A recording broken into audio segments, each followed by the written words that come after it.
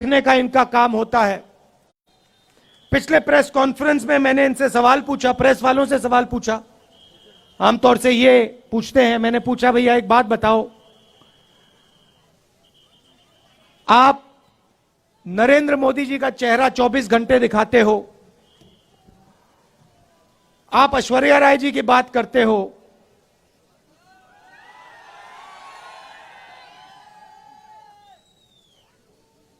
अक्षय कुमार की बात रखते हो, आप महंगाई की बात क्यों नहीं रखते हो? आप बेरोजगारी की बात क्यों नहीं रखते हो? जो जम्मू कश्मीर में गरीब लोगों से उनकी जमीन जो छीनी जा रही है, वो हमें मीडिया में क्यों नहीं दिखाई देता?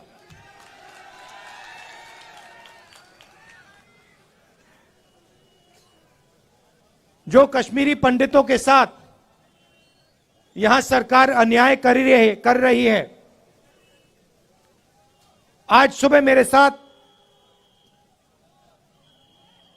से मिलने एक डेलीगेशन आया और उन्होंने अपनी बात रखी। मैं हैरान हो गया। उन्होंने कहा, और मैं मीडिया के सामने ये कहना चाहता हूं, उन्होंने मुझसे कहा कि जब उनका डेलीगेशन लेफ्टिनेंट गवर्नर के पास गया तो लेफ्टिनेंट गवर्नर ने उनसे कहा कि तुम्हें भीख नहीं मांगनी चाहिए। यह देखिए, लेफ्टिनेंट गवर्नर ने कश्मीरी पंडितों के डेलीगेशन को कहा कि आपको भीख नहीं मांगनी चाहिए। लेफ्टिनेंट गवर्नर जी, ये भीख नहीं मांग रहे हैं, ये अपना हक मांग रहे हैं। और अगर आपको कुछ करना चाहिए तो आपको इनसे माफी मांगनी चाहिए।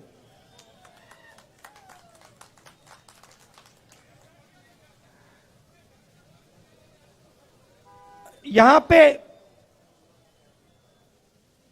जम्मू कश्मीर में मैं आया,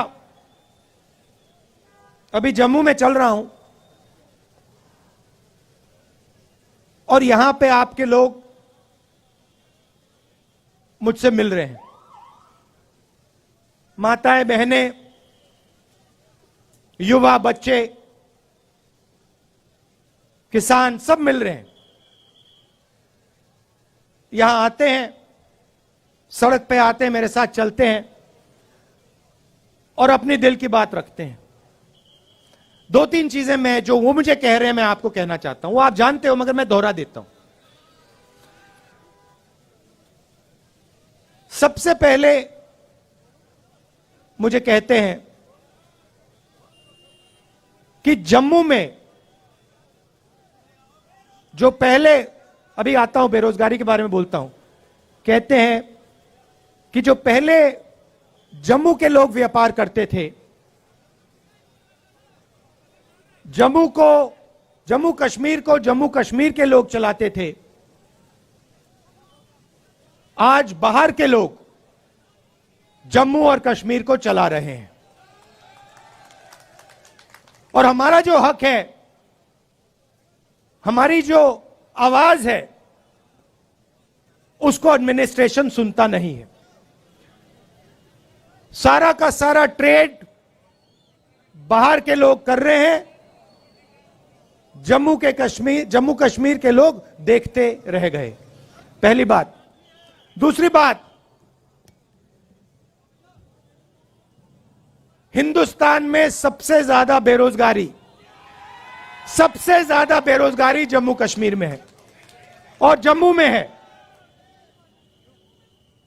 तो यहां पे स्टूडेंट्स पढ़ाई करते हैं, कोई इंजीनियर बनना चाहता है, माता पिता शिक्षा के लिए पैसा देते हैं, कोई डॉक्टर बनना चाहता है, कोई लॉयर बनना चाहता है, कोई आर्मी में जाना चाहता है। पढ़ाई करने के बाद पता लगता है कि इस प्रदेश के लोग, प्रदेश के युवा लॉयर, डॉक्टर, इंजीनियर नहीं बन सकते हैं। पहले एक और रास्ता था, आर्मी का रास्ता था, वो भी आज बंद कर दिया है। बीजेपी के लोग नई योजना लाए हैं, अग्निवीर योजना लाए हैं, और इनको जो आर्मी का इथोस है, इनको वो ही नहीं समझ आया। देखिए, किसी भी काम में, किसी भी काम को सीखने में कम से कम 7-8 साल लगते हैं। सही बात है? सही? आप खाना पकाती हैं? खाना पकाती हैं? आपको कितने साल लगे? खाना पकाने में, सीखने में कितने साल लगे आपको? 7-8 साल लगे? मतलब एक्सपर्ट आप 7-8 साल में बनी? नहीं। तो किसी भी काम में 7-8 साल लगते हैं। आर्मी जो है एक परिवार है। जो सेना लड़ती है, वो रिश्ते के बल पे लड़ती है। सैनिकों के बीच में जो रिश्ता होता है, उसके बल पे लड़ती है। वो रिश्ता 1-2 साल में बनता ही नहीं है। वो रिश्ता, उस रिश्ते को बनने के लिए, मजबूत होने के लिए कम से कम 7-8 साल लगते हैं। ये जो बीजेपी के लोग हैं, इनको ये बात समझ नहीं आई। ये सोचते हैं कि आर्मी की ट्रेनिंग 6 महीने में हो जाएगी, जो सीखना है वो 6 महीने में हो जाएगा। बिल्कुल नहीं। आर्मी में सालों लगते हैं एक सैनिक को तैयार करने के लिए। सालों लगते हैं उस सैनिक और दूसरे सैनिकों के बीच में रिश्ता बनाने के लिए। तो ये अग्निवीर योजना जो है, ये हिंदुस्तान की सेना को कमजोर करने की योजना है। और ये बेचारे जो हमारे आर्मी के लोग, ये कह नहीं सकते हैं, मगर मैं जानता हूं अगर इनसे पूछा जाए तो ये सारे के सारे कहेंगे कि ये अग्निवीर योजना के खिलाफ है, अग्निवीर योजना गलत है। तो वो रास्ता जो था वो भी बंद कर दिया इन लोगों ने। पहले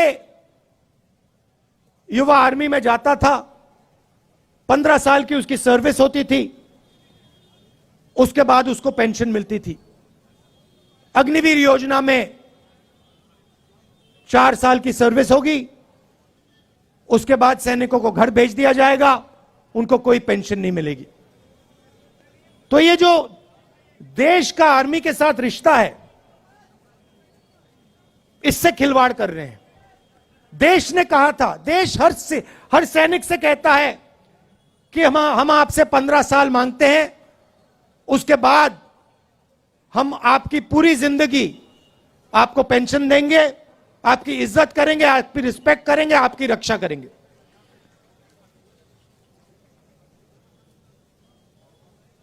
तो ये अग्निवीर योजना जो पहले युवाओं के लिए एक रास्ता था, ये भी इन्होंने बंद कर दिया। बेरोजगारी क्यों आ रही है? क्योंकि सरकार चुने हुए 2-3 उद्योगपतियों के लिए काम कर रही है। ये देखो, यहां पे आपका पूरा का पूरा व्यापार, जो भी आप करते हो, सारा का सारा उन्हीं 2-3 उद्योगपतियों के हाथ चला जाएगा। सच्चाई है। और नरेंद्र मोदी जी ने आपसे कहा था कि देखिए, नोटबंदी काले धन के खिलाफ योजना है। काला धन मिट गया क्या? नहीं मिटा ना। भाइयों और बहनों, नोटबंदी और गलत जीएसटी योजनाएं नहीं है, ये हथियार हैं। ये छोटे व्यापारियों को, स्मॉल और मिडिल साइज बिजनेस वालों को मारने के, खत्म करने के हथियार हैं। और सच्चाई ये है कि इस देश को रोजगार सिर्फ ये लोग दे सकते हैं। ये जो 2-3 बड़े उद्योगपति हैं, ये देश को रोजगार दे ही नहीं सकते, कितनी भी कोशिश कर लें ये नहीं दे सकते हैं। तो इन्होंने क्या किया, नरेंद्र मोदी जी और बीजेपी ने क्या किया, जो हिंदुस्तान की रीढ़ की हड्डी है, जो रोजगार देने वाली रीढ़ की हड्डी है, छोटे व्यापारी, स्मॉल और मीडियम बिजनेस, इस रीढ़ की हड्डी को इन्होंने तोड़ दिया है। इसीलिए आज पूरे देश में, सिर्फ जम्मू कश्मीर में नहीं, पूरे देश में बेरोजगारी फैल रही है। आप दूसरा सवाल पूछोगे, महंगाई इतनी क्यों बढ़ रही है? वही कारण है, पूरा का पूरा धन हिंदुस्तान का 2-3 उद्योगपतियों के जेब में जा रहा है। पहले पेट्रोल का दाम क्या होता था, आज कितना है? 100 रुपए। तो जब आपके जेब में से जो 50 रुपए निकल रहे हैं, वो कहां जा रहे हैं? हवा में तो गायब नहीं हो रहे, कहीं ना कहीं तो जा रहे होंगे। क्या वो छोटे व्यापारियों की जेब में जा रहे हैं? नहीं। किसानों की जेब में जा रहे हैं क्या? नहीं। बेरोजगार युवाओं की जेब में जा रहे हैं क्या? नहीं। ये गैस सिलेंडर के दाम बढ़ रहे हैं, उसका पैसा कहां जा रहा है? वो भी 3-4 लोगों के पास। अभी यहां पे आपका सेब आते हैं, सेब बिकते हैं, फायदा किसको जाएगा देख लेना। तो पूरा का पूरा धन, देश का पूरा धन 3-4 लोगों के हाथ में जा रहा है, और बाकी हिंदुस्तान बेरोजगारी, महंगाई का सामना कर रहा है। इसलिए हमने ये यात्रा कन्याकुमारी से कश्मीर तक शुरू की, और इसमें आपने हमारी जबरदस्त मदद की है। आप ये मत सोचिए कि 3,500 किलोमीटर चलना आसान है, यह आसान काम नहीं है। जब हमने शुरू किया था, हमने सोचा कि ये देखो काफी मुश्किल काम है, मगर चलने के बाद पता लगा ये तो आसान है, कोई मुश्किल नहीं है इसमें।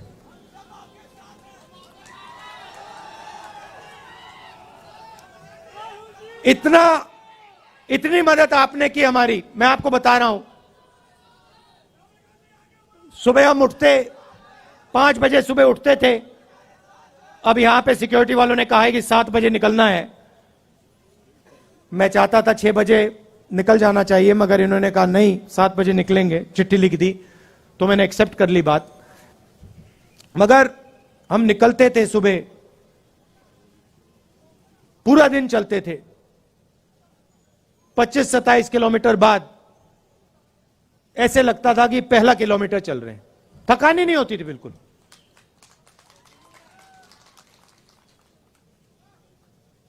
पूरा अपने पूरी मदद की, पूरी शक्ति डाली, प्यार दिया यात्रा को। किसी को चोट लगती थी आप एकदम उठा लेते थे, मदद करते थे। काफी लोगों को चोट लगी, अस्पताल जाना पड़ा, आपने एकदम मदद की। हमारे यात्री चलते हैं, रेस्टोरेंट में, ढाबे में खाना खाने जाते हैं, उनसे कहते हैं कि भैया हम आपसे पैसा नहीं लेंगे, आप भारत जोड़ रहे हो, हमें आपका पैसा नहीं चाहिए। ये देखो, ये कह रहे हैं आज नहीं लिया। पूरे देश में,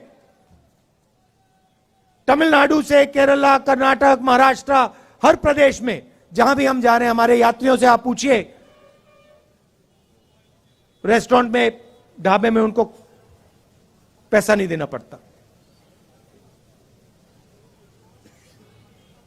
ये प्रेस वाले पूछते हैं राहुल गांधी टी शर्ट में क्यों है?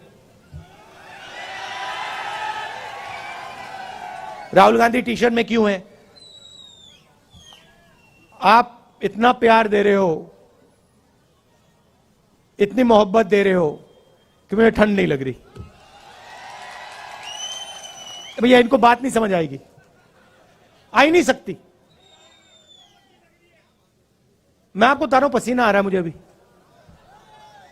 तो ये मुद्दे हैं, और सबसे बड़ा मुद्दा सबसे बड़ा मुद्दा अंत में जो आपका स्टेटहुड का मुद्दा है,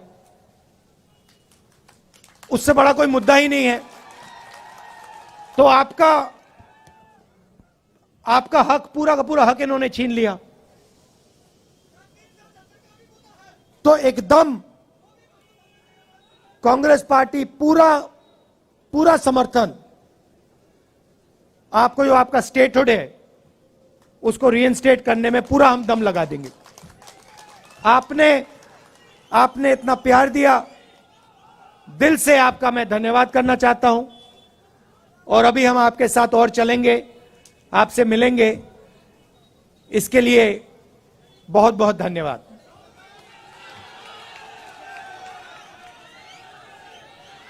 अच्छा, अंत में ताराचंद जी, पीरजादा जी, मुल्ला राम जी और जो एनसी से, नेशनल कॉन्फ्रेंस से यहां लीडर्स आए हैं, उनका भी मैं स्वागत करता हूं। धन्यवाद। जय हिंद।